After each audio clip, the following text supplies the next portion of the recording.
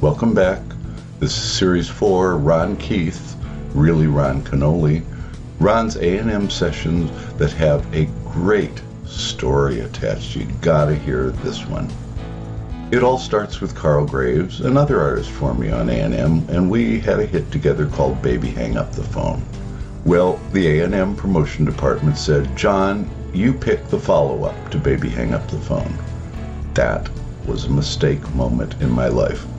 I said, I don't want to pick it, you guys. Let the promotion staff pick it. So they chose the next best thing, and it was a total bomb. Carol, my wife, and I at the time were driving down the 101 freeway in LA, and we heard the next best thing sandwiched between two hit records, and I turned to Carol and I said, uh-oh, we're in trouble. This thing's a bomb. So that's the preface to the real story I want to tell you about the Ron Kenoly sessions. Ron was the only member of the group LAX that was Linda Seals, Pat McManus, Jan Manley, and Ron, the only member to get an album deal once the group was disbanded. So we cut all this stuff, and it was time for Ron's first single release. Here's what's so interesting about this, and I shouldn't really be smiling because it's a career-destroying decision. And, oh my, okay, here, well, I'll fess up. It's one of my 4 biggest goofs in my music career. Bad decisions. Maybe there were 5, but anyway.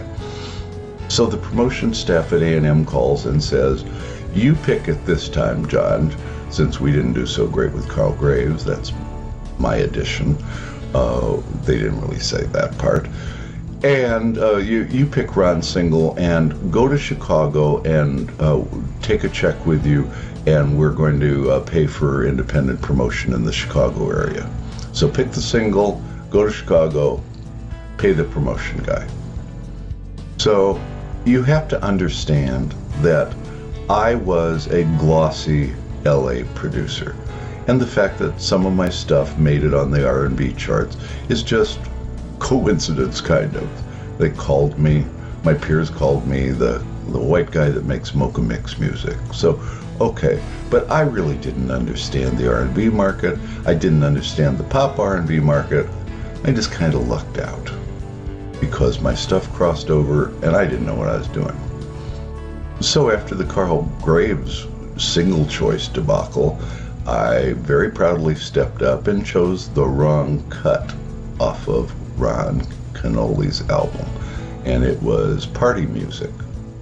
Just loved the tune. I think Melissa Manchester wrote it, but it was very pop, no chance of ever being played R&B, and it was a terrible choice, just a terrible choice. And I think one of the things that influenced my choosing it was that it had a beat like Rock the Boat. Okay, remember, a lot of the time I didn't know what I was doing. I just went in, made music, mixed it, gave it to the label, and went home. But this time, I was asked to choose the single. Okay, so Party Music, go to Chicago, pay the promotion guy, and come home. So I did. I flew to Chicago. I met with the promotion guy, and he's all excited. He said, John, I'll have this on 86 stations next week for you. I promise. This is such a great record. And I handed him the box of singles that was Party Music. And he said, John, this isn't the cut I'm supposed to promote. This isn't the cut I want to promote. I mean, this won't sell. John, the cut I want to promote is That's How Long I'll Be Loving You, this incredibly much more R&B, in fact, very R&B cut. That's a ballad, and it, in retrospect, I mean, hearing it this past week for the first time in 40 years, I could just slap myself and say, what were you thinking, John? This is a career maker, at very least, a good chart record. But the song is so special, the performance is so good, and if it crossed over pop, I would be surprised. But it's the first really black product I had done since the Willie Hutch Soul Portrait album in 1969, and I didn't even know what I had.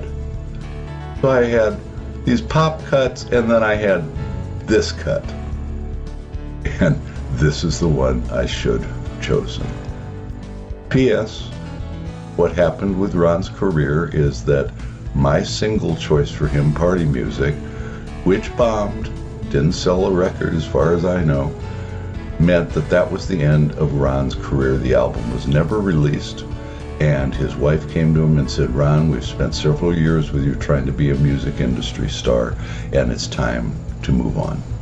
Enough's enough. And he left the record business. He became a very famous minister and singing minister, and he still sings his ass off. He is one of the nicest people I have ever met in my entire life, has a multi-octave range, he's extremely soulful, and he and his wife are examples of what we all should strive to be. He really lives his faith, my friends. He really is something else. Please listen to the cut that I should have had released as the single. The best thing I have produced in several years, not from a flashy production standpoint, just from the soul gut level. And I don't mean R&B soul, I mean from your soul level performance. The track has not been remixed. It's bass drum shy, and I guess I did that for a reason, because the whole thing just kind of works, and I love it. Enjoy.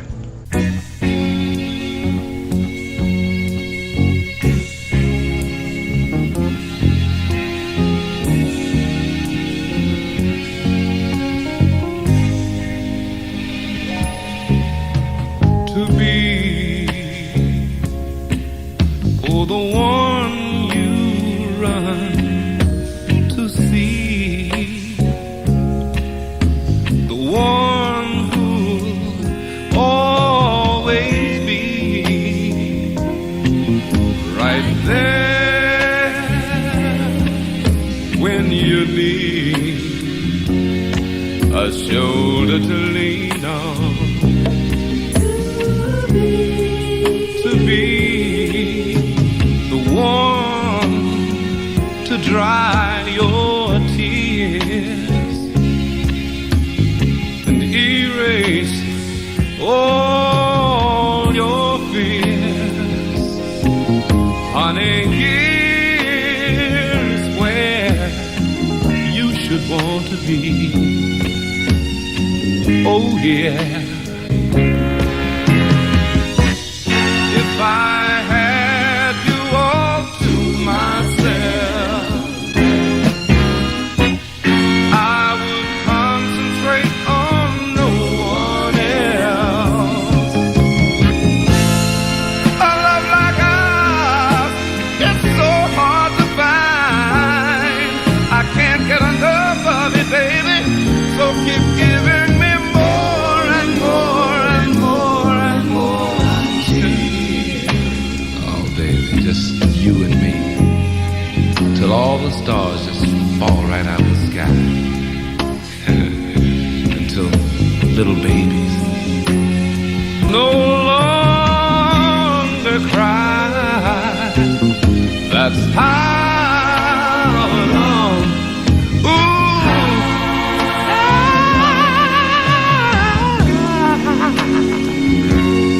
I'll be loving. I'm gonna be loving you. Oh, I'll be loving you for the rest of my days. In every way, baby. I'm gonna be holding on to your sweet love, your good love, baby. Your love. How long gonna be loving you, loving you, loving you, loving you, loving you, and loving you, and loving you, baby. I'm gonna be loving you in every way, baby, till the stars fall from the sky. Little babies, sweet little babies, will no longer cry.